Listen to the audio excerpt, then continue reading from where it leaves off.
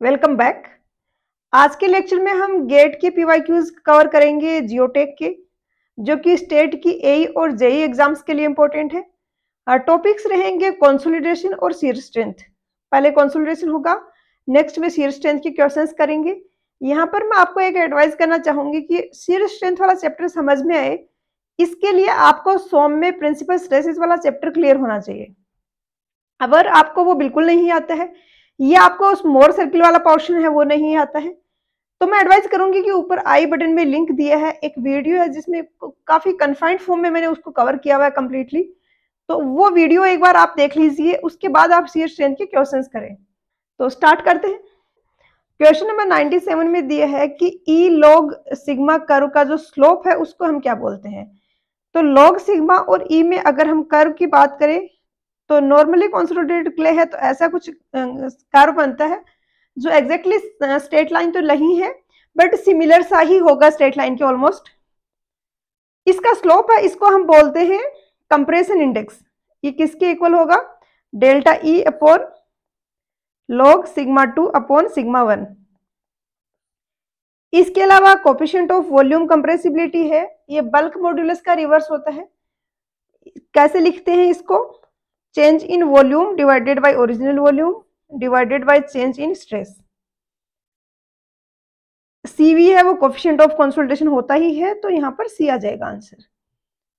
Question number 98 में दिया है कि स्ट्रेस स्ट्रेन बिहेवियर यहाँ पर जो दिया गया है ये कौन कौन सी सॉइल्स के लिए है। तो जो भी डेंस सैंड होती हैं या कंसोलिडेटेड क्ले होती हैं, बेसिकली क्ले का वॉइड रेशियो काफी हाई होता है कंपेयर टू सैंड, आपको पता ही है। लेकिन अगर वही क्ले कंसोलिडेटेड है तो वहां पर उसका वॉइड रेशियो काफी कम हो जाता है, तो वो बिहेव करती है एज ए डेंस सैंड। तो डेंस सैंड और ओवर कंसोलिडेटेड क्ले दोनों का अगर हम ये कर्व प्लॉट करेंगे एक्सियल स्ट्रेन और स्ट्रेस के बीच में, तो इसमें काफी कम हमें कंप्रेशन देखने को मिलता है, और ये ग्राफ होता है कुछ इस तरीके से होता है। इस पॉइंट पे जाके फेलियर होता है सॉइल के स्ट्रक्चर का, और उसके बाद कर्व ऐसी शेप ले लेता है। ये किसके लिए होगा? डेंस सैंड और कंसोलिडेटेड क्ले, क्योंकि वहां पर ज्यादा स्कोप नहीं है कंसोलिडेटेड होने का, कंप्रेस होने का। और दूसरा, अगर नॉर्मली कंसोलिडेटेड क्ले या लूज सैंड की बात करें तो उनका कर्व है वो ऐसा बनता है।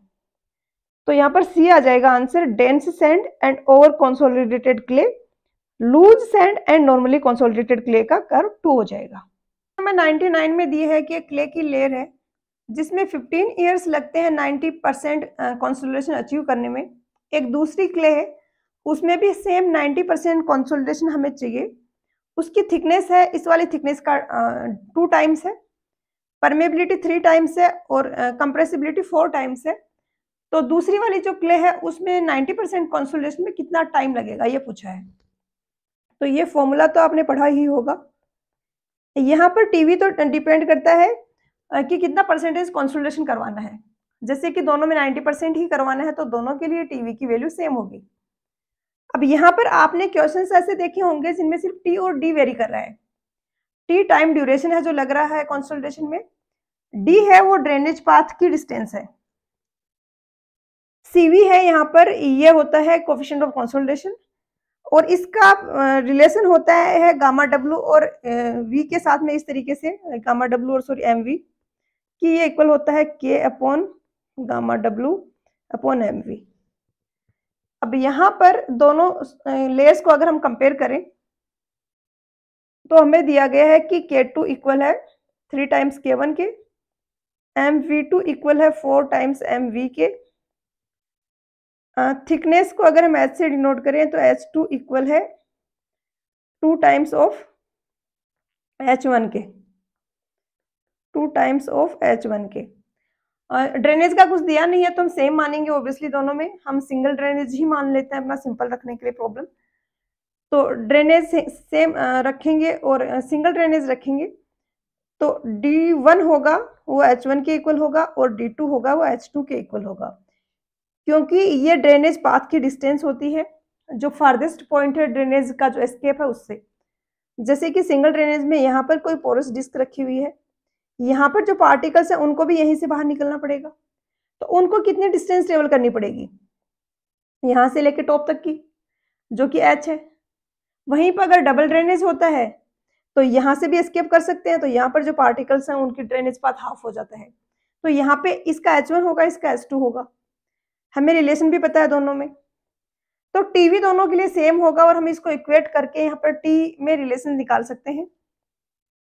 जैसे K1 गामा डब्ल्यू तो दोनों साइड कैंसिल हो जाएगा, बट चलो लिख देते हैं एक बार, mv1 into T1 upon H1 का square is equal to K2 gamma W mv2 into T2 upon H2 का स्क्वायर। इसको फर्दर हम लिख सकते हैं कि गामा डब्ल्यू तो कैंसिल हो जाएगा, T2 हमें निकालना है, T1 हमें पता है, तो T2 इक्वल आ जाएगा K1 अपॉन K2 के, T2 इक्वल आ जाएगा K1 upon K2 mv2 upon v1 और H2 का स्क्वायर अपॉन H1 का स्क्वायर। H2 को मैं 2H1 लिख देती हूँ, तो इसका स्क्वायर मतलब होल स्क्वायर होगा अपॉन इसका स्क्वायर। H1 स्क्वायर तो कैंसिल हो जाएगा, 4 आ जाएगा। K1 अपॉन K2 में क्या होगा, K2 है, ये 3 टाइम्स K1 है, तो ये 1/3 आ गया, ये 4 आ गया, इसमें से 4 आ गया, और इंटू T1 तो ऑब्वियसली यहाँ पे आएगा ही, तो T1 से मल्टीप्लाई कर देते हैं, यहाँ पे 15 है T1, तो ये 5 और 16 इंटू 5 ये आ गया 80 ईयर्स, 80 हो जाएगा आंसर। क्वेश्चन नंबर 100 में दिया है कि सॉइल है उसमें कंसोलिडेशन है, वो किसका फंक्शन है। तो टर्जागीज ने ये अपनी जो भी डेरिवेशन है जो हम यूज करते हैं वहां पर माना था कि ये जो कंसोलिडेशन जो भी हो रहा है वो इफेक्टिव स्ट्रेस के कारण हो रहा है, और लॉजिकली ऐसा बनता भी है, क्योंकि टोटल स्ट्रेस तो जो एक्ट कर रहा है वो सिस्टम पे, वो सोइल सिस्टम पे ठीक है, बट इफेक्टिव जो पार्टिकल्स पे स्ट्रेस एक्ट कर रहा है ना, वो तो ओनली इफेक्टिव स्ट्रेस ही है, क्योंकि टोटल स्ट्रेस का कुछ पोर्शन पोर वाटर प्रेशर है वो कैंसिल कर देता है। तो यहाँ पर ए हो होगा, इफेक्टिव स्ट्रेस सिग्मा डेज का फंक्शन होता है। क्वेश्चन नंबर 101 में दिया है कि दो फॉल्स स्टेटमेंट कौन कौन से हैं, यहाँ पर आइडेंटिफाई करो। तो पहला ही आ गया, एक तो फॉल्स स्टेटमेंट हम पिछले पेज पे देख के आए हैं कि कंसोलिडेशन ये फंक्शन होता है इफेक्टिव स्ट्रेस का, तो ये गलत हो गया। ये स्टैंडर्ड पेनिट्रेशन टेस्ट के रिगार्डिंग है। थर्ड की अगर हम बात करें तो over consolidated clay will have a predominantly cohesive strength as compared to the frictional strength. Clay में cohesive strength major role play करती है अगर हम सीयर स्ट्रेंथ की बात करें तो। फोर्थ में दिया है कि compaction of soil is due to expulsion of water. Compaction जो होता है एक्सपल्जन ऑफ एयर के कारण होता है, और कंसोलिडेशन होता है उसमें वाटर एस्केप करता है। तो यहाँ पर ये दो स्टेटमेंट गलत हो गए, और मैंने पहले भी काफी बार ये चीज बोली है कि ऐसे आपके क्वेश्चंस एग्जाम में मिलेंगे जिनके इनकरेक्ट वाले स्टेटमेंट बहुत इजी होते हैं, कोई भी आइडेंटिफाई कर लेगा। करेक्ट वाले थोड़े कंफ्यूजिंग होते हैं कि वो काफी इन डेप्थ होते हैं, स्टूडेंट्स करेक्ट वाले स्टेटमेंट पढ़ के अंडर कॉन्फिडेंट हो जाते हैं और नहीं कर पाते क्वेश्चंस। आपको ऐसे क्वेश्चंस को काफी अच्छे से पढ़ना है, एक दो स्टेटमेंट ऐसे होंगे जो बहुत इजीली आपको आइडेंटिफाई हो जाएंगे, और ये ऑप्शंस भी ऐसे देते हैं, जैसे कि यहाँ पे आपको कोई ऐसा ऑप्शन नहीं दिया है कि इन दोनों में से भी कोई स्टेटमेंट इनके साथ दे दिया हो, तो ये वाइजली चूज किए गए ऑप्शंस है क्वेश्चंस को इजी रखने के लिए। चाहे तो एग्जामिनर यहाँ पर ऐसा ऑप्शन भी दे सकता था कि first second and third, first second and fourth, लेकिन इन्होंने इजी लेवल का क्वेश्चन फ्रेम किया है। बट हाँ, जो स्टूडेंट्स नहीं समझ पाते क्वेश्चन के पीछे का कंसेप्ट, वो फिर गलती से स्किप करते हैं और फिर मार्क्स गंवाते हैं। क्वेश्चन नंबर 102 में दिया है कि क्ले लेयर है जिसमें 85% कंसोलिडेशन होता है 10 ईयर्स में। क्ले लेयर है वो हाफ थिक होगी, 10 टाइम्स मोर परमेबल होगी, 4 टाइम्स मोर कंप्रेसिबल होगी। तो सेम डिग्री ऑफ कंसोलिडेशन के लिए टाइम रिक्वायर्ड क्या होगा। आप पॉज करके क्वेश्चन खुद सोल्व करिए और अपना आंसर जो भी आ रहा है नीचे कमेंट करें। क्वेश्चन नंबर 103 में दिया है कि एक डबल ड्रेनिंग क्ले लेयर है, 6 मीटर थिक है, 30 mm से वो सेटल हो रही है 3 ईयर्स में under the influence of certain load, कोई लोडिंग ऑब्वियसली लग रही होगी। फाइनल कंसोलिडेशन सेटलमेंट है वो 120 mm मिला। अब इसमें दिया है कि थिन लेयर ऑफ सैंड अगर हम बीच में लगा दें, यहाँ पे थिन नेग्लिजिबल थिकनेस की, सैंड की लेयर अगर लगा दी 1.5 मीटर बिलो, मतलब टोटल 6 मीटर थिक है, introduce at depth of 1.5 metre below the top surface, यानी ये 1.5 मीटर पे लगाया है और ये टोटल 6 मीटर है। और पूछा है कि फाइनल कंसोलिडेशन सेटलमेंट कितना होगा। फाइनल कंसोलिडेशन है वो उतना ही होगा जितना पहले था, क्योंकि वो ड्रेनेज की प्रॉपर्टी नहीं है कि आप कितने ड्रेनेज की पाथ वहां पे दे रहे हो, कितना इजी ड्रेनेज है या डिफिकल्ट है। कोई सेम टाइप का सैंपल है, आप उसको सिंगल ड्रेनेज में करवाओ या डबल ड्रेनेज में करवाओ कंसोलिडेशन का टेस्ट, रिजल्ट हमेशा फाइनल कंसोलिडेशन का सेम रहेगा। हाँ, एक में बहुत क्विकली हो जाएगा कंसोलिडेशन अचीव, दूसरे में टाइम लगेगा ऑब्वियसली, जहाँ ड्रेनेज पाथ लंबा है, जहाँ पे सिंगल ड्रेनेज है। तो सेम वो इस क्वेश्चन में आपसे पूछा है कि फाइनल सेटलमेंट क्या होगा इतना सारा डेटा देके। तो फाइनल सेटलमेंट कभी भी चेंज नहीं होगा, सेम टाइप की सॉइल है तो 120 mm ही होगा। हालांकि 120 mm पहले वाले में काफी देर से अचीव होगा और सेकंड वाले में काफी जल्दी अचीव हो जाएगा। बी आएगा आंसर। क्वेश्चन नंबर 104 में दिया है कि कोई साइट है, उसकी रिक्लेमेशन कर रहे हैं। तो ये सिल्टी सैंड की लेयर थी, ये क्ले थी, इसके ऊपर कोई फिल मटेरियल यहाँ पे भरा गया है, 3 मीटर इसकी थिकनेस है। इंस्टेंटेनियसली इसको हमने डाल दिया है और coefficient of volume compressibility MV clay का ये है। तो consolidation settlement of clay layer due to placing of fill material, जहाँ पे आपको दिया जाता है कि क्विकली हमने इंस्टेंटली हमने ये लोड प्लेस किया है या ग्रेजुअली किया है, इसमें भी एक इम्पोर्टेंट इंफॉर्मेशन होती है। अब आपको पता है कि वॉल्यूम कंप्रेसिबिलिटी का फॉर्मूला होता है, ये डिफरेंट स्ट्रेस में जो चेंज हो रहा है उसके कोरस्पॉन्डिंग डेल्टा एच होगा, उसमें ये फॉर्मूला हम अप्लाई कर सकते हैं। लेकिन यहाँ पर आपको ध्यान रखना है कि एच, जो एच यहाँ पे एच नोट है ना, वो सेम होना चाहिए।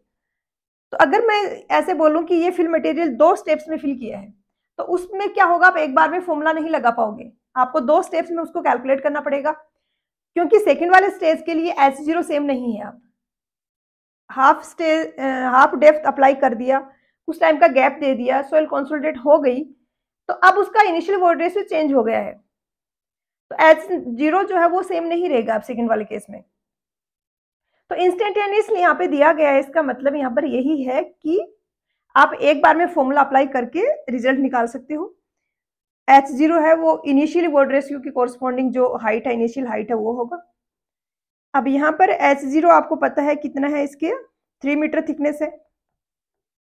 डेल्टा H आपको निकालना है, तो डेल्टा H निकालोगे तो MV 2.2 into 10⁻⁻4 into delta sigma.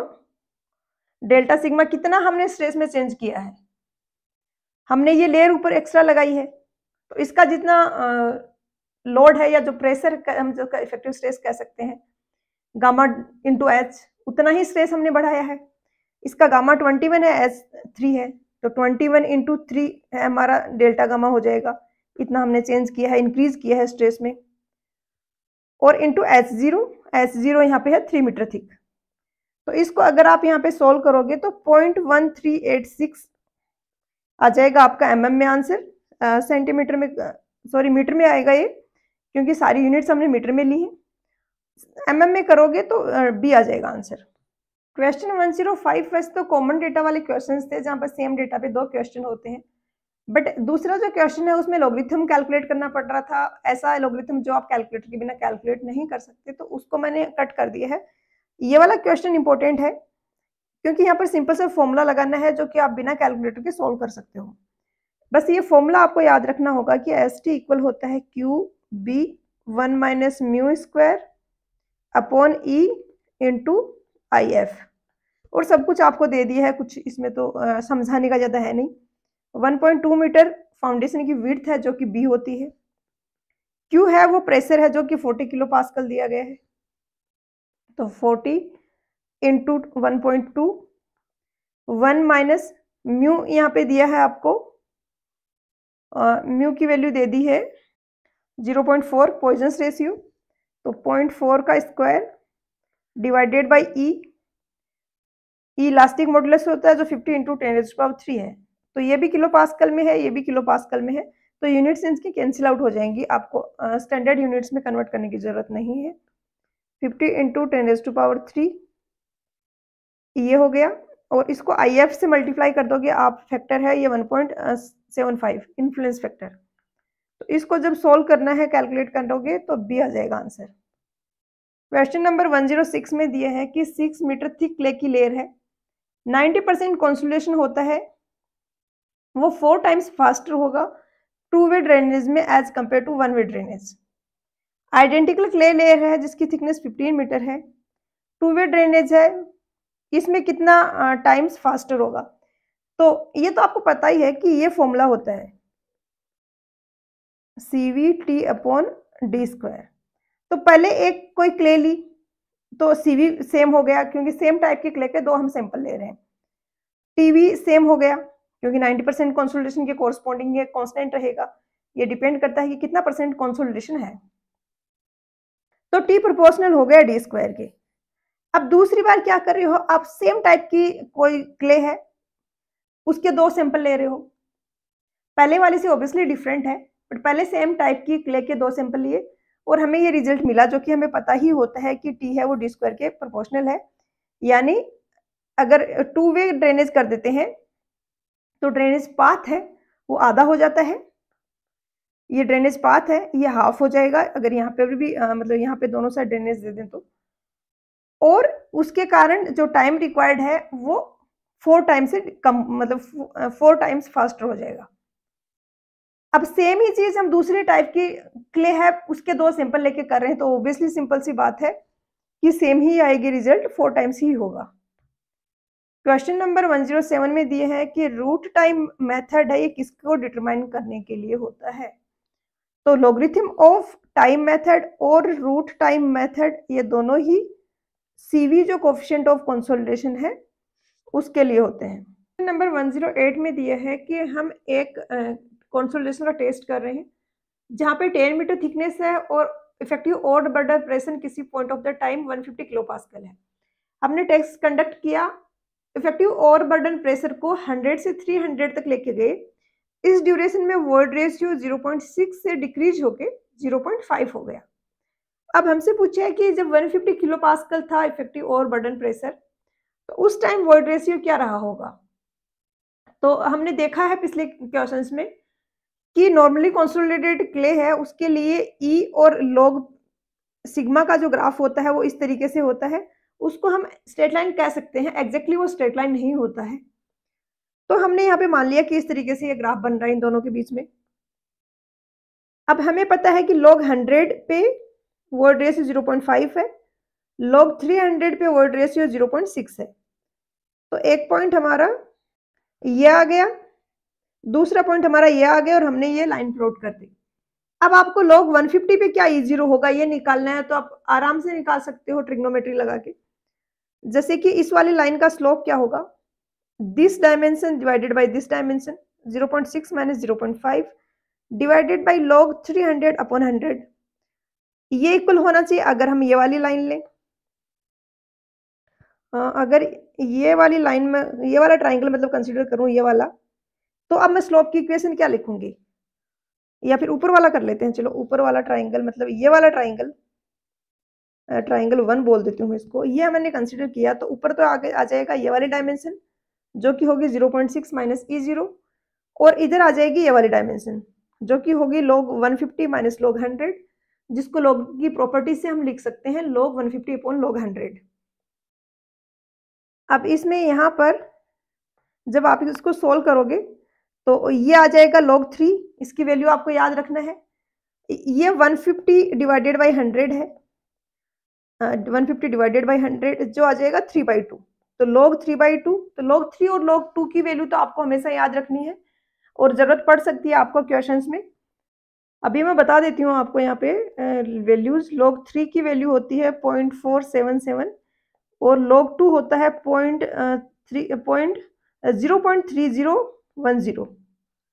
तो ये वैल्यू जब आप इस इक्वेशन में रखोगे तो आप E0 की वैल्यू निकाल सकते हो जो आपका आ जाएगा 0.563, ऑप्शन बी। क्वेश्चन नंबर 109 में दिए है कि ग्राउंड कंडीशंस ये एक साइट की हमें दी गई है कि यहाँ पर वाटर टेबल है और ये क्ले की लेयर है जिसकी थिकनेस है 5 मीटर, ये 5 मीटर की क्ले की लेयर है और ये ग्राउंड लेवल है। ग्राउंड लेवल से वाटर टेबल के बीच की ये है 5 मीटर डिस्टेंस। ये टोटल डिस्टेंस दी गई है 20 मीटर। तो ऊपर 5 मीटर हो गई और साथ में ये भी दिया है कि ये वाली डिस्टेंस है ये 15 मीटर है। तो दो यहाँ पे बीच वाला पॉइंट क्या इंपॉर्टेंस रखता है, क्या है ये यहाँ पर कि इनिशियली वाटर टेबल थी वो यहाँ पर थी, फिर हमने किसी तरीके से वाटर टेबल को लोअर कर दिया तो बाद में वाटर टेबल आपकी यहाँ पे आ गई है। तो ये डिस्टेंस है ये 15 मीटर दी गई है, तो आप ये डिस्टेंस लिख सकते हो कि 5 मीटर होगी। क्वेश्चन में हमसे पूछा है कि क्ले की जो थिक लेयर है 5 मीटर थिकनेस की, उसमें मिडल में कितना चेंज होगा इफेक्टिव स्ट्रेस में इस वाटर टेबल को लोअर करने के कारण। तो एक तो ऐसे क्वेश्चंस हमने पहले भी इफेक्टिव स्ट्रेस वाले चैप्टर में किए हैं कि वाटर टेबल को इंक्रीज करने से या डिक्रीज करने से, मोस्टली डिक्रीज के क्वेश्चंस होंगे कि इससे क्या इफेक्ट होगा टोटल इफेक्टिव स्ट्रेस में, टोटल स्ट्रेस पे नहीं। तो इफेक्टिव स्ट्रेस होता है सिग्मा माइनस यू। तो वाटर टेबल को लोअर करने से हमारा पोर वाटर प्रेशर डिक्रीज होता था, क्योंकि पोर वाटर प्रेशर होता है gamma W into H. H यहाँ पर हाइट है जिस पॉइंट पर हम इफेक्टिव स्ट्रेस निकाल रहे हैं उसके, और जो फ्री वाटर सरफेस या वाटर टेबल है उनके बीच की हाइट। वाटर टेबल नीचे आ गई, एच की वैल्यू कम हो जाएगी, ये डिक्रीज होगा, इफेक्टिव स्ट्रेस बढ़ेगा। और हम डायरेक्टली जितना पोर वाटर प्रेशर में चेंज हो रहा है उसी को निकाल के हम कह देते थे कि ये इफेक्टिव स्ट्रेस में इतना चेंज होगा। ऑब्वियसली साइन अपोजिट होगा। बट अब यहाँ पे क्या हो रहा है कि क्वेश्चन जो हमने पहले किए उनमें दिया था कि ये इंस्टेंटली हो रहा है, या फिर ऐसे कहा जाता था कि ऊपर की जो लेयर है वाटर टेबल से पहले की ऊपर की वो अभी भी सैचुरेटेड है। बट यहाँ पर डिफरेंट है थोड़ा सीन। यहाँ पर क्या कंडीशंस डिफरेंट है कि वाटर टेबल जब यहाँ से यहाँ गया तो ऐसा कुछ नहीं दिया है कि इंस्टेंटली किया गया है। तो यहाँ से लेके यहाँ गया तो ये वाला पोर्शन है ना, इसका पहले तो हम ले रहे थे गामा जो नॉर्मल है अबो वाटर टेबल का वो 18 है, और जो ही वाटर टेबल नीचे आ गई, सॉरी पहले हम इसका ले रहे थे 20 क्योंकि ये वाटर टेबल है तो ये सैचुरेटेड थी, सैचुरेटेड का 20 लेना है। बट अब ये यहाँ से नीचे आ गई वाटर टेबल, तो अब इस वाली थिकनेस में जो भी सोइल आ रही है इसका गामा चेंज हो जाएगा और 18 हो जाएगा। इसलिए डायरेक्टली हम पोर वाटर प्रेशर में चेंज हो रहा है वो निकाल के इफेक्टिव स्ट्रेस का चेंज नहीं बता सकते, हमें कैलकुलेट करना होगा पूरा। तो अब हम देखते हैं कि कैसे हम इक्वेशन लिखेंगे और क्या हमारा रिजल्ट आता है। अच्छा क्वेश्चन है, इसमें आपका इफेक्टिव स्ट्रेस भी काफी हद तक क्लियर होगा टॉपिक। सिग्मा हम निकाल रहे हैं इसके मिडिल पे, यानी ये वाली डिस्टेंस 2.5 मीटर है। तो 2.5 इंटू 20, ये क्ले की लेयर के कारण स्ट्रेस हो गया। 20 इंटू 15, क्योंकि वाटर टेबल यहाँ पर है और ये वाली डिस्टेंस है 15 मीटर होगी क्योंकि ऊपर वाली 5 मीटर दी गई है। तो इस सारी की सारी सोइल का हम अभी गामा क्या ले रहे हैं, 20 ले रहे हैं क्योंकि वाटर टेबल से नीचे है, सैचुरेटेड है। इसके बाद ये वाली ग्राउंड सरफेस तो यहाँ पर है ना, तो 5 मीटर ये भी बच गई, इसका भी लेंगे, बट इसका गामा अब 18 लेंगे। ये हो गया टोटल स्ट्रेस जो आपका आएगा 440। इसके बाद होता है पोर वाटर प्रेशर। पोर वाटर प्रेशर में क्या करेंगे हम, गामा डब्ल्यू इंटू एच। तो इनिशियली वाटर टेबल थी यहाँ पर, तो ये टोटल डिस्टेंस कितनी हो गई 2.5, तो ये और 15 इससे ऊपर की, तो 17.5 इंटू 10 हो जाएगा, तो ये आ गया 175 यहाँ पे हो गया। अब सिग्मा डेस क्या हो जाएगा, सिग्मा माइनस यू 440 माइनस 175, ये आ गया आपका 265, ये सिग्मा 1 डेस हो गया। इसी तरीके से सिग्मा 2 निकालेंगे। सिग्मा 2 की इक्वेशन क्या हो जाएगी 15 इंटू 18, क्योंकि अब क्या हो रहा है सीन, अब आपकी वाटर टेबल है यहाँ पर, तो अब ऊपर वाले का हम एक साथ लिख सकते हैं 15 इंटू 18 उसका यूनिट वेट लेंगे। नीचे वाले के लिए लिखेंगे तो 7.5 इंटू 20, क्योंकि इस यहाँ तक हमें लेना है, तो ये डिस्टेंस, ये हाइट हो रही है 7.5, 5 मीटर ये था और 2.5 मीटर नीचे वाला, ये हो गया इंटू 15 प्लस 2.5 इंटू, इसको आप यहाँ पे मल्टीप्लाई, मतलब 7.5 को हमने कर दिया 20 से, और इसको सोल्व करेंगे, ऐड करेंगे तो ये आएगा 420। U2 जो आएगा ये U1 है, ये U2 है। U2 में अब क्या होगा, अब वाटर टेबल यहीं पर है, तो H हो जाएगा 7.5, तो U2 हो जाएगा 7.5 इंटू 10 यानी 75।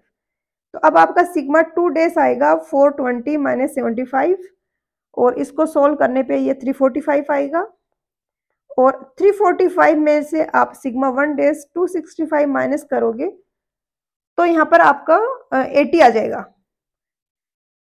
तो इसको कितना चेंज आएगा, सी हो जाएगा यहाँ पर आंसर।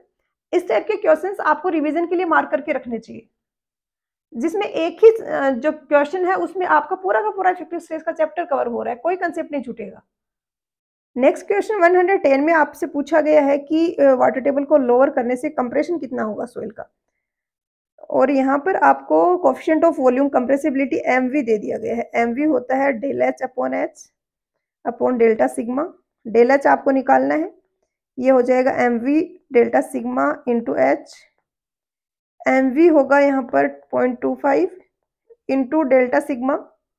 डेल्टा सिग्मा जो हमने अभी निकाला 80 इंटू एच जो इनिशियल इसकी हाइट थी। अब यहाँ पर ध्यान रखना है हाइट हम 5 ही लेंगे, क्योंकि पूरी क्ले की लेयर कितनी कंप्रेस हो रही है वो निकाल रहे हैं। क्ले की 5 मीटर की लेयर है, इसमें टॉप पे इफेक्टिव स्ट्रेस में चेंज, बॉटम में इफेक्टिव स्ट्रेस में चेंज डिफरेंट होंगे, तो हमने मिडिल का ले लिया जो कि हमने पिछले वाले क्वेश्चन में कैलकुलेट किया, और इसको यहाँ पर रखोगे आप तो आपका आंसर आ जाएगा बी ऑप्शन। क्वेश्चन नंबर 111 में दिया है कि एक सैचुरेटेड क्ले स्ट्रेटम है जिसमें दोनों साइड से ड्रेनेज है, 50% कंसोलिडेशन हो रहा है 16 ईयर्स में कोई लोड अप्लाई करने पे।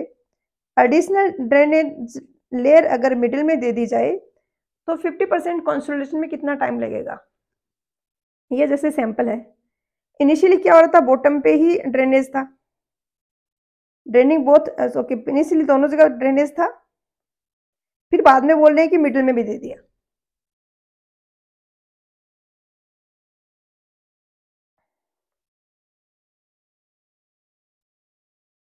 यहाँ पर जब पहले वाला केस की अगर हम बात करें तो एच अगर इसकी थिकनेस है तो ड्रेनेज पाथ क्या हो गया, इस ड्रेनेज से फारदेस्ट पॉइंट कौन सा है जो बीच में लोकेटेड है, और उसको कितनी डिस्टेंस ट्रेवल करनी पड़ेगी बाहर निकलने के लिए, h/2।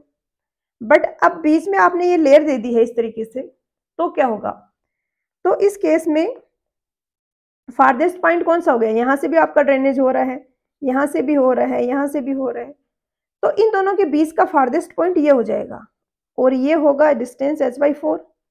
तो ड्रेनेज पाथ पहले h/2 था, अब h/4 हो गया है, यानी ड्रेनेज पाथ हाफ हो गया है।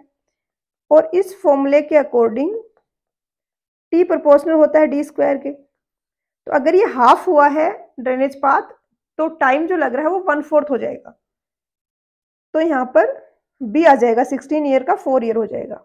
112 में दिया है कि ये जो यहाँ पर ग्राफ दिया है ई और लॉग पी के बीच में, ये कौन सी टाइप की क्ले का ग्राफ है, क्ले या सैंड जो भी हो सकता है।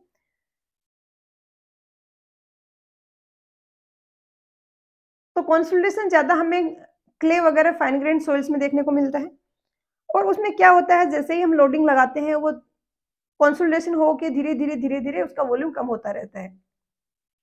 वॉइड रेशियो और उसका जो लोडिंग हम लगा रहे हैं, जो स्ट्रेस आ रहा है, उसके लॉगरिथम अगर हम लें तो उनके बीच में ऐसा ग्राफ बनेगा, इफेक्टिव स्ट्रेस का लॉग और वॉइड रेशियो के बीच में। तो जैसे जैसे हम बढ़ाते जा रहे हैं लोडिंग, पहले लोडिंग ये थी तो वॉइड रेशियो ये था, अब लोडिंग ये है तो वॉइड रेशियो ये हो गया। तो जैसे जैसे लोडिंग बढ़ाते जा रहे हैं ऑब्वियसली वॉइड रेशियो कम होता जा रहा है, कंसोलिडेटेड होती जा रही है क्ले, और इनके बीच में ग्राफ बनता है वो ऐसा बनता है। बट कभी कभी क्या होता है कि जिस क्ले पे हम लोड लगा रहे हैं वो पहले से कंसोलिडेटेड होती है। फॉर एग्जाम्पल ये कोई ग्राउंड सरफेस है, इससे 5 मीटर की डेप्थ पे आपने कोई सैंपल निकाला। अब यहाँ पर क्या था कि काफी साल पहले इस सरफेस के ऊपर कोई स्ट्रक्चर था, और इसके कारण इस पर 100 न्यूटन पर mm स्क्वायर का स्ट्रेस आ रहा था 5 मीटर डेप्थ पे। अब आपने यहाँ पे सैंपल निकाला, इस सैंपल पर आप लैब में लोडिंग लगा रहे हो, और लैब में लोडिंग लगा रही आपने 550 न्यूटन पर mm स्क्वायर, तो इसमें आपको उतना कंसोलिडेशन देखने को नहीं मिलेगा जैसे इस ग्राफ में हो रहा था। लोडिंग बढ़ाते बढ़ाते आराम से वॉइड रेशियो डिक्रीज हो रहा है, स्ट्रेट लाइन के जैसे लो स्ट्रेस की बात करें तो वैसा इसमें देखने को हमें नहीं मिलेगा क्योंकि ये प्री कंसोलिडेटेड है, ये हम कह सकते हैं और कंसोलिडेटेड ये क्ले है, क्योंकि अभी जो हम स्ट्रेस लगा रहे हैं इससे पहले वो इतना स्ट्रेस झेल चुके हैं। और कंसोलिडेटेड क्ले हैं, उनका ग्राफ बनेगा वो कुछ ऐसा बनेगा, इस तरीके से बनेगा। इतना ज्यादा उनमें वोइड रेशियो चेंज नहीं देखने का मिलेगा जितना नॉर्मली कंसोलिडेटेड क्ले में मिल रहा था। अब देख पा रहे हैं वोइड रेशियो में कितना कम चेंज हुआ है, क्योंकि ऑलरेडी इसका वोइड रेशियो कम हो चुका है जो पहले लोडिंग थी उसके कारण। तो इस टाइप की क्ले को बोलते हैं ओवर कंसोलिडेटेड क्ले। तो ये तो हो गया ओवर कंसोलिडेटेड क्ले का डायग्राम, और ये हो गया नॉर्मली कंसोलिडेटेड क्ले का डायग्राम। और अगर हम लैब में इस तरीके से कर रहे हैं कि हम लोड को स्ट्रेस को कम कर रहे हैं, फॉर एग्जाम्पल यहाँ पे कुछ स्ट्रेस था, हमने इस स्ट्रेस को डिक्रीज कर दिया, तो डिक्रीज करेंगे तो जो ग्राफ अनलोडिंग में बनेगा वो ऐसा बनेगा। बट ज्यादा इंपॉर्टेंट आपके लिए एग्जाम पॉइंट ऑफ व्यू से है ये वाला ग्राफ और ये वाला ग्राफ। तो क्वेश्चन में आपको दिख ही रहा है कि ये वाला ग्राफ है किसके जैसे, इसके जैसे है, तो ये किसका होगा, ओवर कंसोलिडेटेड क्ले का होगा। क्वेश्चन नंबर 113 दिखने में बहुत बड़ा सा लग रहा है, बट बहुत ही ज्यादा बेसिक सा क्वेश्चन है। यहाँ पर दिया है कि आइडेंटिकल सरचार्ज प्लेस किए गए हैं ग्राउंड सरफेस की साइड एक्स और वाई पे। सॉइल कंडीशंस भी यहाँ पर शो की गई हैं।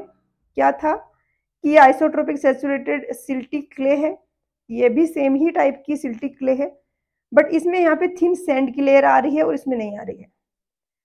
तो आपको ये दिया गया है कि प्राइमरी कंसोलिडेशन एक्स का अगर 36 मंथ्स में हो रहा है तो वाई का कितने टाइम में होगा। सेम वही formula, TV is equal to C V T upon D square, T proportional होता है डी स्क्वायर के। बीच में लेयर देने से ड्रेनेज पाथ है वो हाफ हो गया आप, क्योंकि नीचे तो बेड रॉक है, तो इसके लिए तो सिंगल ड्रेनेज था, और इसके लिए अब यहाँ से भी ड्रेनेज है यहाँ से भी ड्रेनेज है। तो मैक्सिमम कितनी डिस्टेंस पार्टिकल्स को ट्रेवल करनी पड़ रही है बाहर निकलने के लिए, या तो इसको करनी पड़ रही है या इसको करनी पड़ रही है, जो कि टोटल थिकनेस का हाफ होगा। अगर इसको h है, इसकी भी थिकनेस h है, तो क्या होगा, सेकंड में d1 तो h होगा और d2 हो जाएगा आपका h/2। अब ड्रेनेज पाथ को आपने हाफ कर दिया है तो आपका टाइम 1/4 हो जाएगा। तो जहां 36 मंथ लग रहा था इस साइट पे, इस वाले पे ओनली 9 मंथ लगेगा, सी हो जाएगा आंसर।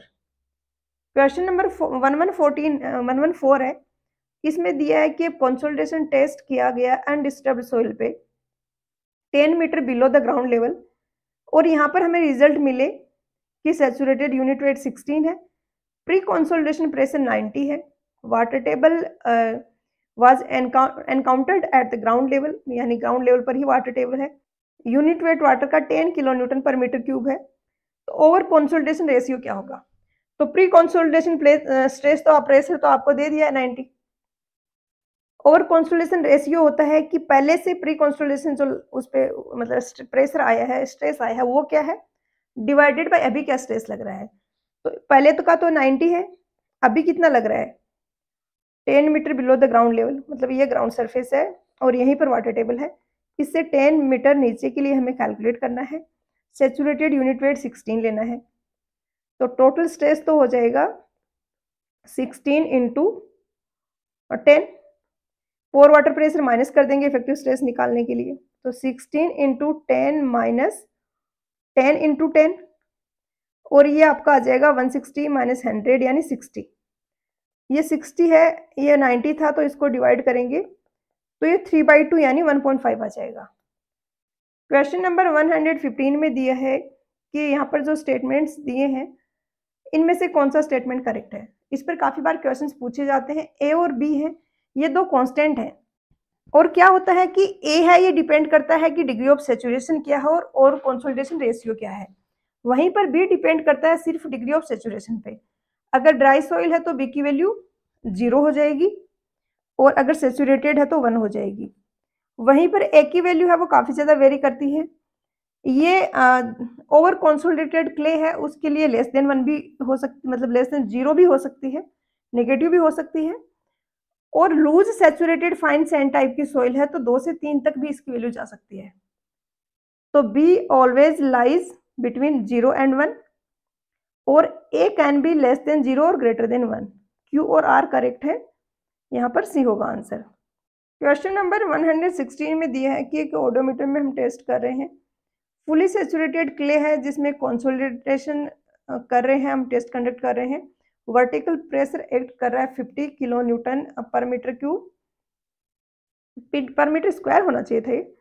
और यहाँ पर प्रेजेंटली इक्विलिब्रियम की कंडीशन है। क्या होता है कि जब हम लोडिंग लगाते हैं सोइल के सैंपल पे, तो पहले हमारा स्ट्रेस है वो वाटर लेता है, सॉलिड्स पे वो नहीं जाता है।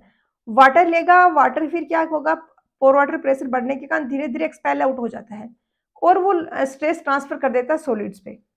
तो इक्विलिब्रियम की कंडीशन वो है कि सारा एक्सेस पोर वाटर प्रेशर एस्केप कर चुका है और सारा जो हमने स्ट्रेस लगाया वो सॉलिड्स पे ट्रांसफर हो चुका है। अब क्वेश्चन में हमसे पूछा है कि अगर हम इसको इमीडिएटली इंक्रीज करके 150 कर दें तो क्या होगा। हमें पूछा जस्ट लोडिंग लगाते ही क्या होगा, तो लोडिंग लगाते ही क्या होगा, सेम चीज फिर से रिपीट होगी। हमने एक्स्ट्रा जो 100 का लगाया, 50 तो पहले ही था, अब हो गया 150, यानी हमने एक्स्ट्रा जो 100 kilo newton per metre square का स्ट्रेस लगाया है, सारा का सारा पहले वाटर लेगा, टाइम के साथ धीरे धीरे पोर वाटर प्रेशर डिक्रीज होगा, वाटर एस्केप करेगा और धीरे धीरे पोर वाटर प्रेशर डिक्रीज होगा, इफेक्टिव स्ट्रेस बढ़ेगा, जो लोड है वो धीरे धीरे सॉलिड्स पे ट्रांसफर होगा। बट हमसे तो इमीडिएटली पूछा गया है, तो इमीडिएटली क्या होगा, इफेक्टिव स्ट्रेस में कोई चेंज नहीं आएगा और सारा का सारा स्ट्रेस जाएगा पोर वाटर प्रेशर में। ए होगा आंसर। क्वेश्चन नंबर 117 दिखने में जितना बड़ा और टफ लग रहा है उतना कुछ है नहीं इसमें। यहाँ पे दिया है कि क्ले की लेयर है जिसकी थिकनेस H है, प्री कंसोलिडेशन प्रेशर PC है, इनिशियली वोल्ट रेशियो E0 है। यहाँ पे 3 प्रेशर आ रहे हैं, एक P0, एक PC और एक P0 प्लस डेल्टा P। तो P0 से बड़ा है PC और PC से बड़ा है P0 plus delta P। Initially क्या कर रहे हैं हम, प्री कंसोलिडेशन प्रेशर तो PC था और इफेक्टिव और burden pressure at the mid height is P0, यानी पहले उसमें लग चुका है जो स्ट्रेस वो PC है और अभी हमने उस पर जो लगाया वो P0 है और PC है वो ग्रेटर है P0 से। यानी हम पिछले क्वेश्चंस में बात करें तो हम इस वाले ग्राफ को देखेंगे, मतलब ये वाला ग्राफ हम देख रहे हैं इस वाले ग्राफ को। तो यहाँ पर अब क्या होगा, जब भी इस ग्राफ की हम बात करते हैं तो इसका जो स्लोप आएगा ना वो होता है स्वेलिंग इंडेक्स या रिकम्प्रेशन इंडेक्स, जिसको CR से भी डिनोट करते हैं, CS से भी करते हैं। जबकि आपको पता ही है इसका हम करते हैं CC से, जो कि होता है कंप्रेशन इंडेक्स, जिसका हमने पिछले क्वेश्चंस में आता है, आई थिंक फर्स्ट क्वेश्चन था इस लेक्चर का वो था उस पे। तो अब यहाँ पर जब हम P0 से PC पे जा रहे हैं और PC से इस पे जा रहे हैं, तो P0 से PC पे जब हम जाएंगे तो उस केस में हम यहाँ पे CS यूज करेंगे, क्योंकि वो स्वेलिंग इंडेक्स यूज करेंगे, रिकम्प्रेशन इंडेक्स यूज करेंगे, क्योंकि वो ओवर कंसोलिडेटेड क्ले की कंडीशन है। ये हो गया। दूसरे में क्या होगा, जब हम PC से P0 प्लस डेल्टा P पे जा रहे हैं, अब नॉर्मली कंसोलिडेटेड के क्ले की रेंज में आ गया है लोडिंग, तो अब क्या होगा, इस रेंज में ये सोइल बिहेव करेगी as a normally consolidated clay. और यहाँ पर अब हम ग्राफ देखेंगे जो नॉर्मली कंसोलिडेटेड क्ले का था ये वाला, तो यहाँ पर हम यूज करेंगे CC।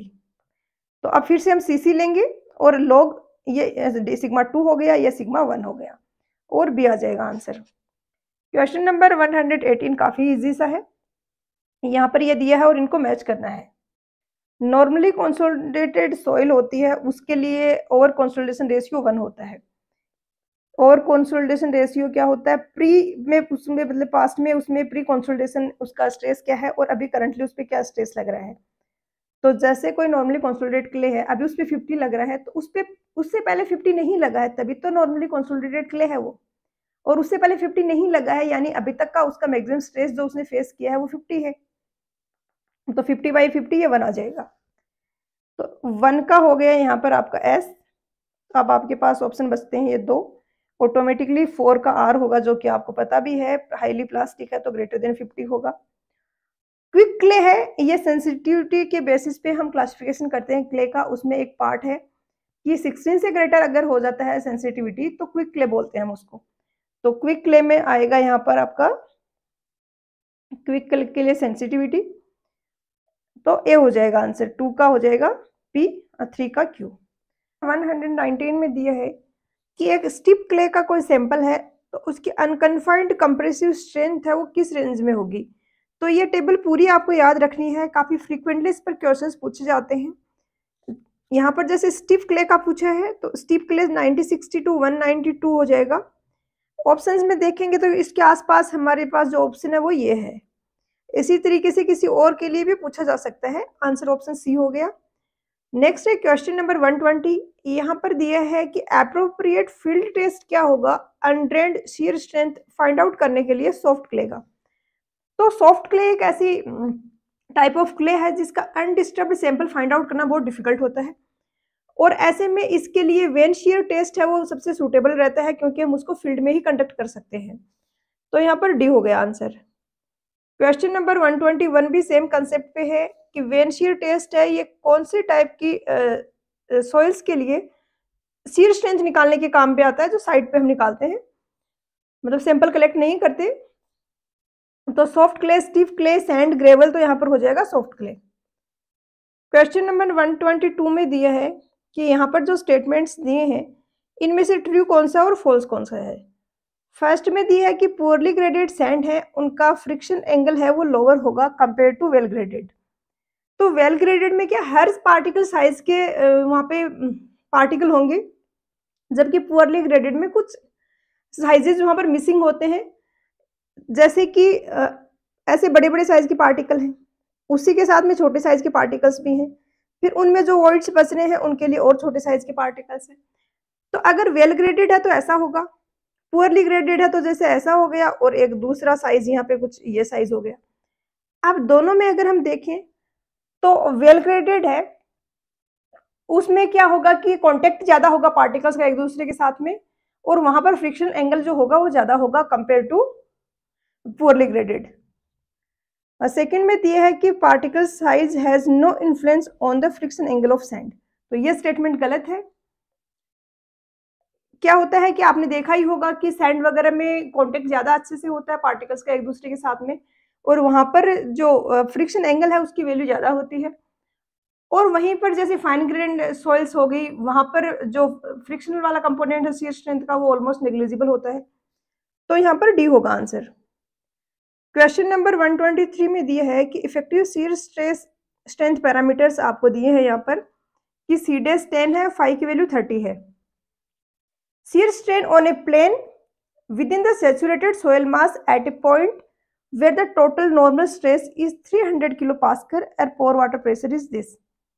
तो सिंपल सा क्वेश्चन है, यहाँ पर क्या दिया है आपको, सी दे दिया है, और आपको पता ही है एस इक्वल होता है C plus sigma tan phi, और काफी डिफरेंट टाइप के क्वेश्चंस इस पे बनते हैं। कुछ ऐसे होते हैं कि सैचुरेटेड सैंड है जहां पर सी है नेग्लिजिबल होता है, जीरो होता है। कुछ ऐसे क्वेश्चंस होंगे जहाँ पे आपको बोलेंगे कि फाइन ग्रेन सॉइल है जहाँ पे आपको एंगल ऑफ इंटरनल फ्रिक्शन वाला कंपोनेंट ये वाला है वो इसको नेग्लिजिबल मानना है, shear स्ट्रेंथ सी से आप निकालोगे। तो यहाँ पर आपको इफेक्टिव स्ट्रेस चाहिए, ये सिग्मा डेस होता है तो एस हो जाएगा सी 10 प्लस सिग्मा डेस, इन दोनों का डिफरेंस हो जाएगा इफेक्टिव स्ट्रेस, तो 150 इंटू 1030, और 1030 की वैल्यू होती है 1/√2 सॉरी √3, दिस प्लस 10, इसको सोल्व करोगे तो बी आ जाएगा आंसर। क्वेश्चन नंबर 124 में दिया है कि कोई ट्राइएक्सियल टेस्ट किया गया कोहेशनलेस सॉइल सैंपल पे, कोहेशनलेस सॉइल सैंपल दिया यानी आपका सी 0 हो जाएगा। सेल प्रेशर अप्लाई किया गया वो 20 किलो पास्कल है, और जो फेलियर के पॉइंट पे ऑब्जर्व वैल्यू थी अप्लाइड स्ट्रेस की वो थी 40 किलो पास्कल। इन टेस्ट में हम क्या करते हैं, सैंपल लेते हैं पहले, तो इस पर सेल प्रेशर लगाते हैं, चारों तरफ से यूनिफॉर्म प्रेशर लगाते हैं। वो इसलिए क्योंकि हमारा जो सैंपल है जब हम टेस्ट कर रहे हैं, जब हम सॉइल की स्ट्रेंथ की बात कर रहे हैं, तो ग्राउंड सरफेस से कुछ नीचे कुछ डेप्थ पे होगा, और वहां पर उस पर चारों तरफ से स्ट्रेस लग रहे होंगे। तो उस फील्ड कंडीशन को सिमुलेट करने के लिए पहले हम सेल प्रेशर लगाते हैं। तो सेल प्रेशर तो चारों तरफ यूनिफॉर्म हो गया। उसके बाद हम एक डेविएटर स्ट्रेस लगाते हैं, हम एक वर्टिकली इस डायरेक्शन में एक स्ट्रेस लगाते हैं जिसको हम स्लोली धीरे धीरे बढ़ाते रहते हैं, और एक पॉइंट पर ऐसा होता है कि फेलियर हो जाता है। उस टाइम हम रीडिंग नोट कर लेते हैं कि इस रीडिंग पे फेलियर हुआ है। तो अब यहाँ पर हमारे पास दो प्रिंसिपल प्लेन्स हैं, एक तो ये प्रिंसिपल प्लेन है जिस पर की स्ट्रेस हो जाएगा जो सेल प्रेशर है, दूसरा ये वाला प्रिंसिपल प्लेन है जिस पर की स्ट्रेस हो जाएगा सेल प्रेशर प्लस डेविएटर स्ट्रेस। तो मेजर प्रिंसिपल प्लेन हो जाएगा ये वाला, और मेजर प्रिंसिपल प्लेन पर स्ट्रेस हो जाएगा सेल प्रेशर प्लस डेविएटर स्ट्रेस। ये सिग्मा 1 हो गया। सिग्मा 3 आपका हो जाएगा सेल प्रेशर जो कि है सिग्मा सी। यहाँ पर जैसे हम सिग्मा 1 और सिग्मा 3 कैलकुलेट करें तो आपका यहाँ पे सिग्मा 1 आ जाएगा 20 तो सेल प्रेशर है, 40 का आपने डेविएटर स्ट्रेस लगाया है तो 60 हो गया। सिग्मा 3 आपका आ जाएगा 20। अब एक तो तरीका ये है कि ये स्टैंडर्ड फॉर्मूला है, आप इसको याद रखो, इससे सारे टाइप के क्वेश्चंस हो जाते हैं वैसे तो। ये है, और इसी को आपको आगे भी जरूरत पड़ेगी तो ये फॉर्मूला तो याद रखना ही रखना है। 45 degree plus 5/2 plus 2c10 45 degree plus 5/2। ये हर जगह एप्लीकेबल होगा। अगर कोहेसिव सॉइल नहीं है, कोहेशनलेस सॉइल है, तो ये टर्म आपकी 0 हो जाएगी। यहाँ पर आप सिग्मा 1 और सिग्मा 3 की वैल्यू रख के आप फाइंड आउट कर सकते हो कि फाई आपका आएगा वो 30 आएगा। कैसे आएगा? ये आपका आएगा 60 डिवाइडेड बाई 20, यानी 1/3 इक्वल है 10 स्क्वायर 45 डिग्री प्लस 5/2 के। तो यहाँ पर आपका 45 डिग्री प्लस 5/2 वाली टर्म है, ये इक्वल आ जाएगी 60 के, क्योंकि 60 के नहीं सॉरी 30 के। कैसे होगा? क्योंकि इसका आप दोनों साइड रूट लोगे तो ये तो 10 बचेगा और ये 1/√3 आ जाएगा, और 10 30 की वैल्यू 1/√3 होती है। तो यहाँ से आप 5 की वैल्यू निकाल सकते हो, 45 माइनस 30 इंटू 2, तो ये आपका 30 डिग्री आ जाएगा आंसर। दूसरा, जहां पर भी सी मिसिंग है ना, वहां पर मोर सर्कल से करना भी काफी ज्यादा इजी हो जाता है, और थोड़ा मुझे पर्सनली लगता है कि वो थोड़ा क्विक भी रहता है, उससे काफी सारे फॉर्मूले भी आपको याद रखने की जरूरत खत्म हो जाती है। जैसे कि ये मोर सर्किल आपका बनेगा, ये सिग्मा 3 है, ये सिग्मा 1 है, ये आपका मोर सर्किल बन रहा है। अब सोइल की शियर स्ट्रेंथ की थ्योरी कहती हैं कि इस पर और इस पॉइंट से जो ओरिजिन है, इससे अगर मैं सर्कल पर कोई टेंजेंट बनाऊं तो वो रिप्रेजेंट करेगा फेलियर एनवेलप को। तो ये वाली लाइन है, ये फेलियर एनवेलप होगी, और ये वाला एंगल है, ये फाई होगा। अब ये एंगल हम कैसे निकाल सकते हैं? अगर इसको मैं सेंटर से मिला दूं तो अब ये ट्राइंगल बन गया है एक ABC। ट्राइंगल में ये वाली साइड होगी, ये सर्किल के रेडियस के इक्वल होगी। सर्किल की रेडियस कितनी होगी? ये 20 है, ये 60 है, डाया 40 होगा, रेडियस इसका हाफ होगा यानी 20। और ये वाली डिस्टेंस कितनी हो जाएगी? आप ऐसे भी निकाल सकते हो, नहीं तो मोर सर्किल की प्रॉपर्टी है, आपको पता भी होगा कि 60 प्लस 20 डिवाइडेड बाई 2 ये सेंटर के कोऑर्डिनेट होंगे, तो ये 40 आ गया। अब आप इक्वेशन लिख सकते हो sin phi will be equal to perpendicular that is 20 divided by diagonal. ये जो 90 डिग्री का एंगल बन रहा है, क्यों बन रहा है ये एंगल 90 डिग्री का? क्योंकि ये रेडियस और टेंजेंट के बीच का एंगल है। तो ये वाला ये डायमेंशन हो गई है आपकी 40, तो यहाँ से आपका 1/2 आ गया, तो आप डायरेक्टली लिख सकते हो कि फाई है आपका 30 डिग्री होगा। और यहाँ पर 125 में दिया है कि अनड्रेन्ड ट्राइएक्सियल टेस्ट किया गया कंडक्ट एक सैचुरेटेड क्ले के सैंपल पर, तो यहाँ पर पॉइजन्स रेशियो क्या होगा? आपको पता ही है कि सिग्मा 1 है वो मेजर प्रिंसिपल स्ट्रेस होता है, सिग्मा 3 माइनर प्रिंसिपल स्ट्रेस होता है। अब अगर अनड्रेन्ड ट्राइएक्सियल टेस्ट है तो वहां पर कोई भी वाटर एस्केप नहीं करेगा, क्योंकि ड्रेनेज हम अलाउ नहीं कर रहे हैं, तो कोई भी वॉल्यूमेट्रिक स्ट्रेन नहीं आएगा। जो स्ट्रेन है वॉल्यूमेट्रिक स्ट्रेन वो 0 होगा, epsilon V, because delta V 0 है। और यहाँ पर हम इसको लिख सकते हैं 3 टाइम्स 3 इंटू EZ, क्योंकि हमारा सैंपल है वो क्यूबिकल है। अब एप्सिलॉन Z यहाँ पर ये जो आ रहा है, ये इसको हम कैसे लिख सकते हैं? जैसे ये सैंपल है, इस डायरेक्शन में स्ट्रेस लग रहा है, वो सिग्मा 1 है, इस डायरेक्शन का स्ट्रेस है वो सिग्मा 3 है, और प्लेन के परपेंडिकुलर वाला जो डायमेंशन है, जो स्ट्रेस है, वो भी सिग्मा 3 है। तो आप किसी भी एक डायरेक्शन के स्ट्रेन लिख लीजिए और उसको 0 के इक्वेट कर दीजिए।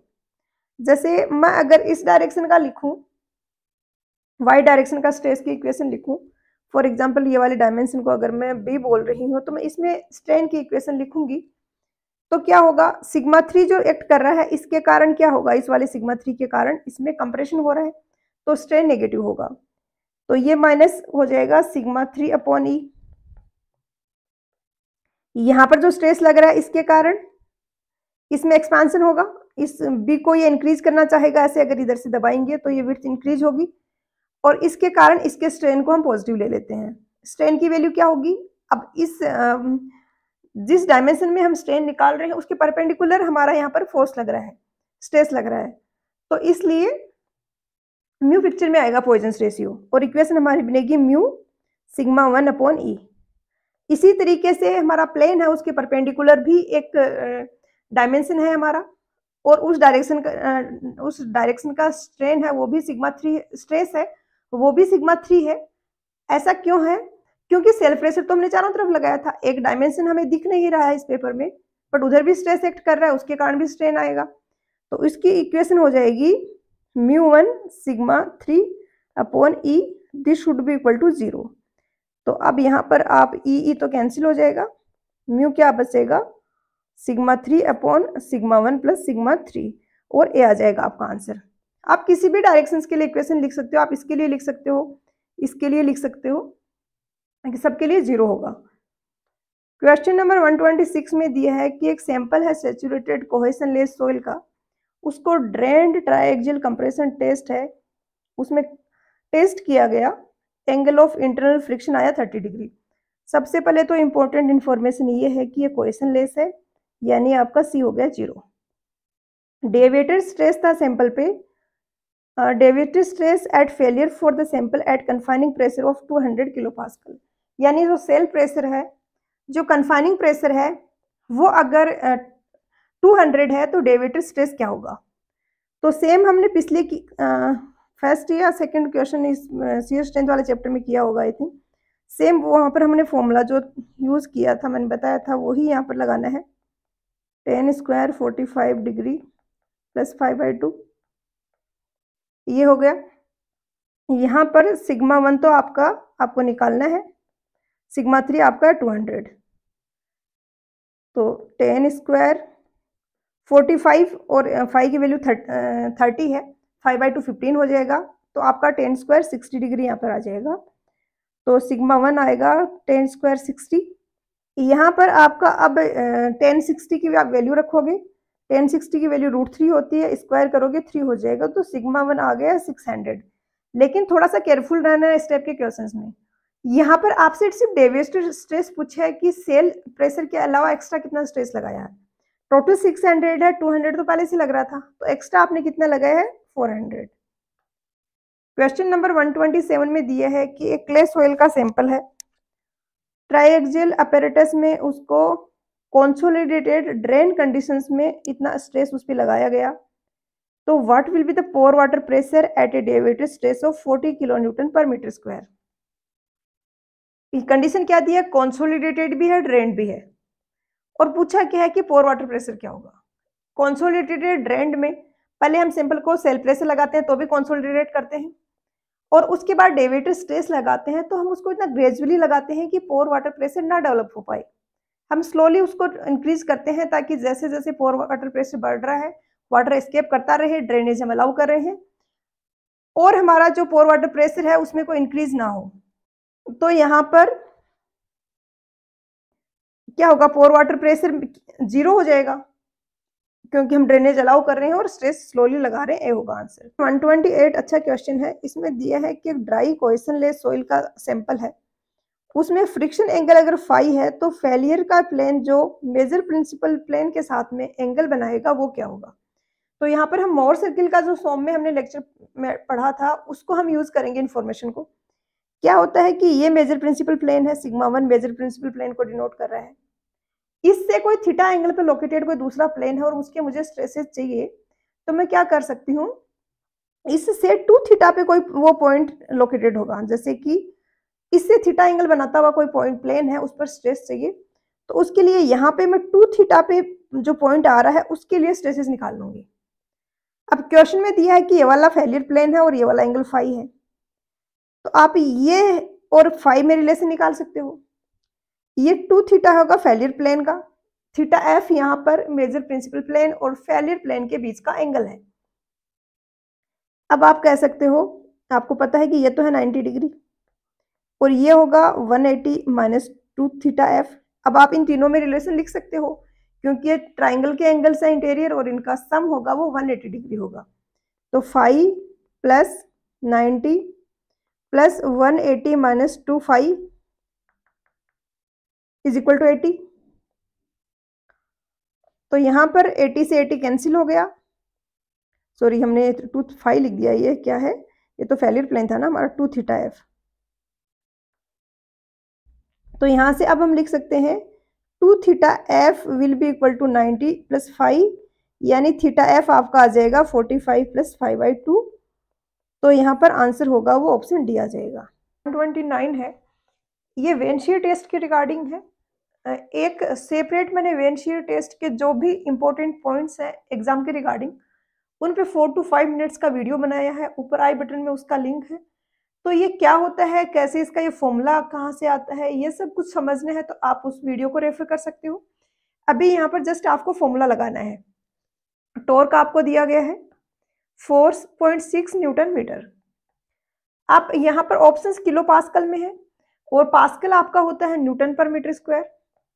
तो इसी को अगर आप 1000 से डिवाइड करें यानी kilo newton per metre square हुआ तो ये हो जाएगा किलो पास्कल। तो डायरेक्टली हमारा आंसर आ जाए। इसके लिए हम 4.6 को 1000 से डिवाइड कर देते हैं। एक तो इम्पोर्टेंट पॉइंट यहाँ पे होगा 4.6 upon 1000 is upon divided by pi. D यहाँ पर ये डायमीटर हो जाएगा 50 डी, यानी यहाँ पे 50 को आप फिर कन्वर्ट करोगे mm में दिया है, ये mm में दिया गया तो आप इसको मीटर में कन्वर्ट करोगे तो 0.05 आएगा। तो पाई 0.05 का स्क्वायर अंदर ब्रैकेट में आ जाएगा 0.1। 0.1 क्या है, ये h है। 0.1 divided by 2 plus D again 0.05 divided by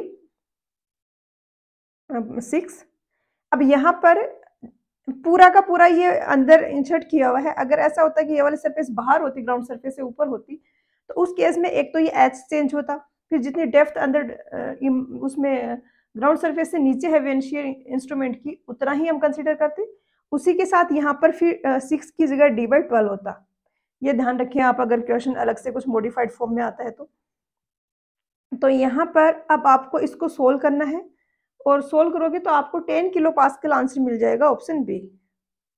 number 130 में दिया है कि सैचुरेटेड कोहेसिव सॉइल है कोई, उस पर ट्राइएक्सियल टेस्ट कंडक्ट करवाया गया, तो उसमें एंगल ऑफ इंटरनल फ्रिक्शन अगर 0 आता है तो कंडक्टेड टेस्ट कौन सा होगा।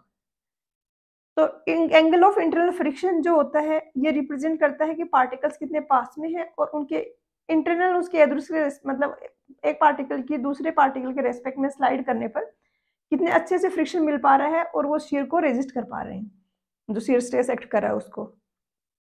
अब ये डिपेंड करता है कि पार्टिकल्स का कांटेक्ट कितना ज्यादा है एक दूसरे के पास साथ। अगर हम टेस्ट कंडक्ट कर रहे हैं वो ड्रेन्ड नहीं है, कंसोलिडेटेड भी नहीं है, तो हम किसी भी स्टेज पे वाटर को एस्केप करने को अलाउ नहीं कर रहे हैं। फिर जो भी स्ट्रेस अप्लाई कर रहे हैं वो सारा पोर वाटर प्रेशर है बियर कर रहा है, वो पोर वाटर प्रेशर बियर कर रहा है, वो एस्केप करता तो सॉलिड्स पे ट्रांसफर होता, जो कि हम अलाउ नहीं कर रहे हैं। तो इस केस में कोई भी यहाँ पर एंगल ऑफ इंटरनल फ्रिक्शन नहीं होता, कोई भी फ्रिक्शन के कारण शीयर स्ट्रेंथ में रेजिस्टेंस देखने को नहीं मिलता, क्योंकि पोर वाटर प्रेशर बढ़ने के कारण पार्टिकल्स अब कॉन्टेक्ट में ही नहीं है। तो यहाँ पे अनकॉन्सोलिडेटेड अनड्रेन टेस्ट हो जाएगा। 31 में स्ट्रेस पाथ की आपको इक्वेशन दी गई है और पूछा है सी क्या होगा और एंगल ऑफ इंटरनल फ्रिक्शन क्या होगा। तो सबसे पहले तो आपको स्ट्रेस पाथ का पता होना चाहिए। जैसे एक मोर सर्किल ये है, डेविएटर स्ट्रेस बढ़ाने के बाद एक मोर सर्किल ये बन रहा है, एक ये बन रहा है। इनके ये जो टॉप वाले पॉइंट्स है ना, इनको अगर हम मिलाते हुए कोई इक्वेशन बनाए तो वो होगी स्ट्रेस पाथ की इक्वेशन। स्ट्रेस पाथ के कोऑर्डिनेट्स अब क्या होंगे, ये सेंटर होगा मोर सर्किल का, वो इसका एक्स कोऑर्डिनेट होगा और वाई कोऑर्डिनेट होगा मोर सर्किल की रेडियस। यहाँ पे ये इसका एक्स कोऑर्डिनेट हो गया और ये इसका वाई कोऑर्डिनेट हो गया। तो अब हम लिख सकते हैं कि मोर सर्किल की इक्वेशन में Q तो होगा σ1 माइनस σ3/2 और P होगा सेंटर के कोऑर्डिनेट्स जो होगा σ1 प्लस σ3/2। अब इसी को अगर हम इक्वेशन में पुट करें, ये दोनों चीजें जो क्यू की इक्वेशन दी है, तो ये आएगा sigma minus sigma 3/2 is equal to 10√3 plus 0.5 sigma 1 plus sigma 2/2। इसी को आप दोनों साइड में 4 से मल्टीप्लाई कर दीजिए, तो ये इक्वेशन बनेगी 2 sigma 1 minus 2 sigma 3 is equal to 40√3 plus sigma 1 plus sigma 2। इसको ये सिग्मा 3 होगा, सॉरी। इसको फिर आप फर्दर सोल्व करोगे तो आपकी इक्वेशन ये बन जाएगी 3 सिग्मा 3 प्लस 40√3। अब इसको हम स्टैंडर्ड जो इक्वेशन होती है, जो फॉर्मूला है हमारा, उससे कंपेयर करें। फॉर्मूला क्या होता है स्टैंडर्ड फॉर्मूले के according? Sigma 1 will be equal to sigma 3 10 square 45 degree plus 5/2 plus 2c 10 45 degree plus 5/2। तो यहाँ से अगर हम इस दोनों टर्म को कंपेयर करें तो हम कह सकते हैं कि 10 स्क्वायर 45 डिग्री प्लस 5/2 की वैल्यू आ जाएगी, वो 3 आ जाएगी। और इसको जब आप सोल्व करोगे तो 45 डिग्री प्लस 5/2 आपका आएगा 60, और 5 की आपकी वैल्यू आ जाएगी 30 डिग्री। दूसरा आपको निकालना है c, तो इसको और इसको कंपेयर कर दो। 40 into √3 is equal to 2c।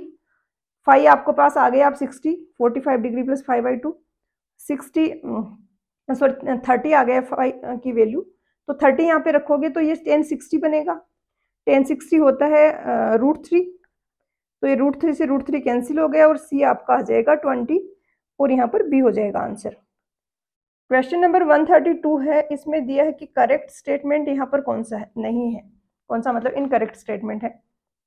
तो लिक्विफिकेशन और जो क्विक सैंड हम बोलते हैं, दोनों में होती तो सेम ही चीज है कि पोर वाटर प्रेशर इतना बढ़ जाता है कि इफेक्टिव स्ट्रेस 0 हो जाता है, बट रीजन उसके अलग अलग हैं। क्विक सैंड में इसलिए होता है कि अपवर्ड ग्रेडियंट है एक, उसके कारण पोर वाटर प्रेशर बढ़ता है और इफेक्टिव स्ट्रेस 0 हो जाता है। बट लिक्विफिकेशन एक अलग फिनोमिना है, जिसमें जैसे कि अर्थक्वेक है, वोल्केनिक इरप्शंस हैं, इनके कारण शेयर डिस्टर्बेंस होता है सोइल के वॉल्यूम में, और पार्टिकल्स हैं वो एक दूसरे के पास आ जाते हैं। इसके कारण पोर वाटर प्रेशर बढ़ता है। और सेम जैसे क्विक सैंड में होता है, वैसे ही जो सोइल है वो एज ए लिक्विड बिहेव करने लग जाती है, यानी उसकी शेयर स्ट्रेंथ बिल्कुल 0 हो जाती है। बट रीजन यहाँ पे डिफरेंट होता है, और इनकरेक्ट स्टेटमेंट यहाँ पर डी होगा, क्योंकि इन्होंने यहाँ पर लिखा है कि it is due to high upward gradient. तो होता तो यही है, मतलब ये इन्होंने डैम के बारे में लिख दिया, बट बेसिकली सिचुएशन सेम ही होती है, इफेक्टिव स्ट्रेस 0 होता है।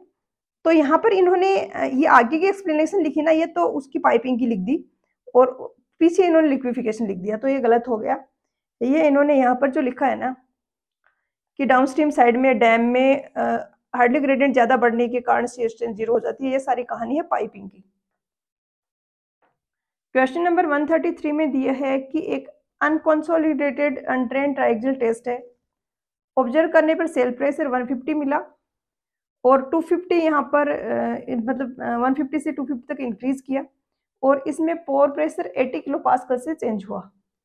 तो हमसे यहाँ पे पूछा गया कोफिशिएंट, स्कैम्पटन्स पोर प्रेशर कोफिशिएंट जो बी होता है उसकी वैल्यू पूछी है। तो ये आपको फॉर्मूला याद रखना होगा, del U upon delta sigma होता है।